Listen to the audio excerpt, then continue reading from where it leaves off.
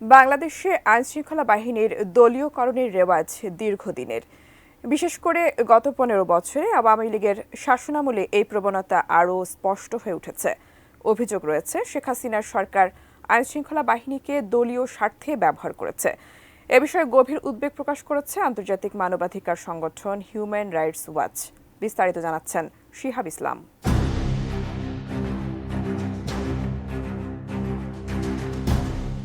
বিগত ১৫ বছরে আওয়ামী শাসনামলের বিরোধী মত দমনে আইনশৃঙ্খলা বাহিনীকে দলীয় কারণে রূপ দিয়েছিল শেখ হাসিনা সরকার।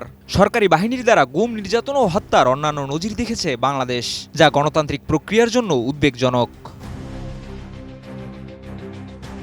এ নিয়ে গভীর উদ্বেগ প্রকাশ করেছে আন্তর্জাতিক মানবাধিকার সংগঠন হিউম্যান রাইটস ওয়াচ।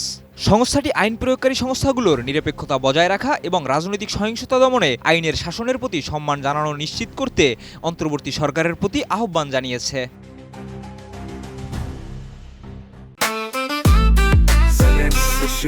জেনেক্সে শিফট করো, লাইফকে লিফট করো।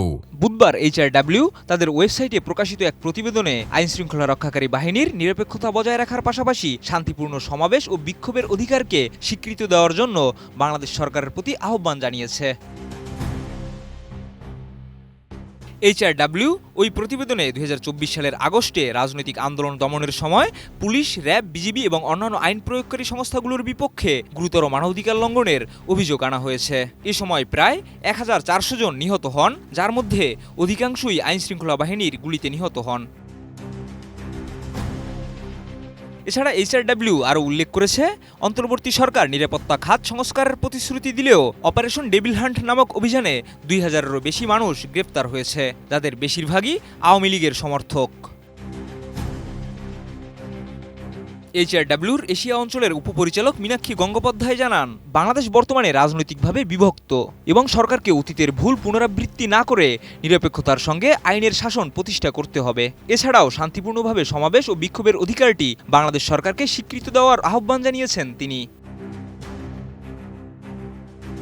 মীনাক্ষী গঙ্গোপাধ্যায় জানান, শেখ হাসিনা সরকারের দমন পীড়নের কারণে বাংলাদেশের মানুষ ক্ষুব্ধ এবং তাদের জবাবদিহি ও ন্যায় বিচার পাওয়ার অধিকার রয়েছে। তবে এই ন্যায় বিচার অবশ্যই মানবাধিকারের প্রতি সম্মান রেখে বাস্তবায়িত হতে হবে বলে মনে করেন তিনি।